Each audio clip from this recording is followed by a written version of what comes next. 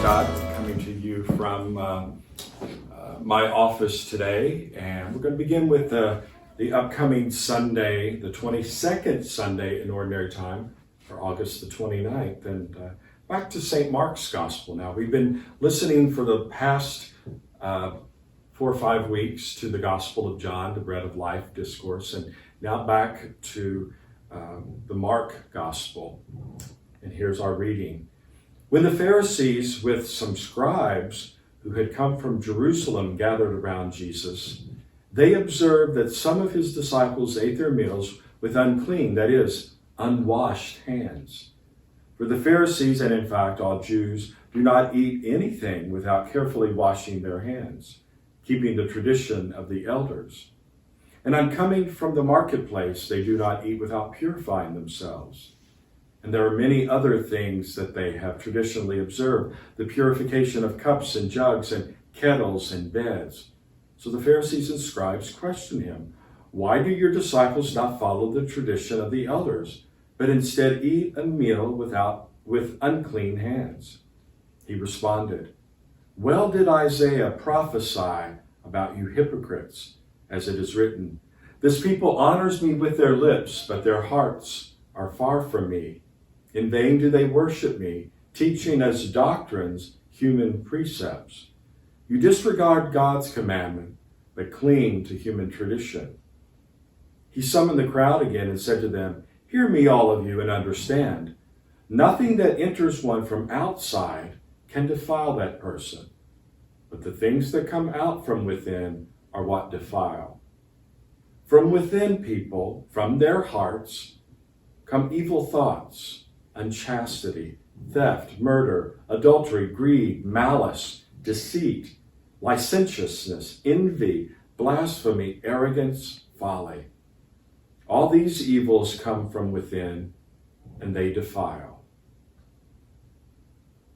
The Gospel of the Lord. Praise to you, Lord Jesus Christ. You know, when I hear the Gospel that we have before us today, I think about a sign, a marquee that used to be on the side of a church in the Highlands, and it appeared every Lent, which I love to see because it reminded me of, I think, what Lent is truly about. But it said this: "Confess your own sins, not someone else's." And I think oftentimes when I hear a gospel like this, I think of that church sign, because it's the scribes and the Pharisees that are just so upset about what they saw or what they think they saw.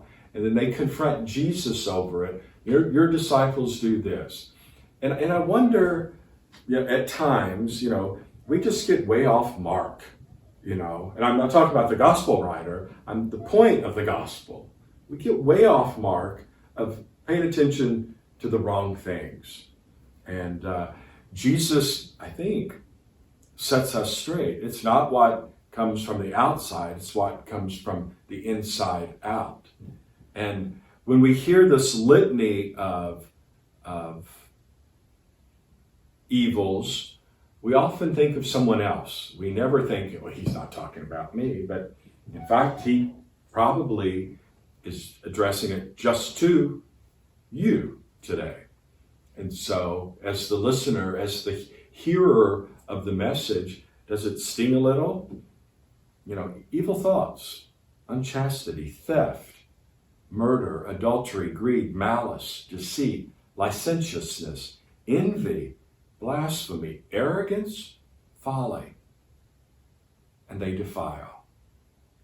So, maybe for us to think again of, I'm pretty sure that church has since closed, but again, I marvel at their insight into the true meaning of Lent, how we are called to confess our own sins, to do an examination of conscience over and over again. Every Friday morning, our book of prayer begins with Psalm 51. "Have mercy on me, God, in your kindness, and your compassion blot out my offense. Wash me more from my guilt and cleanse me from my sin." It starts that way to remind us weekly that we're all sinners. And I think the challenge is to hear these words and to take them to heart.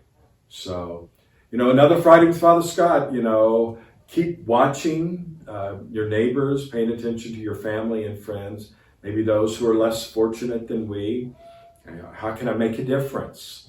Get involved and change the world. Be the change that we so often want to see in someone else. So until the next time, God's blessing on you, and may your day be full of grace and blessings. Take care.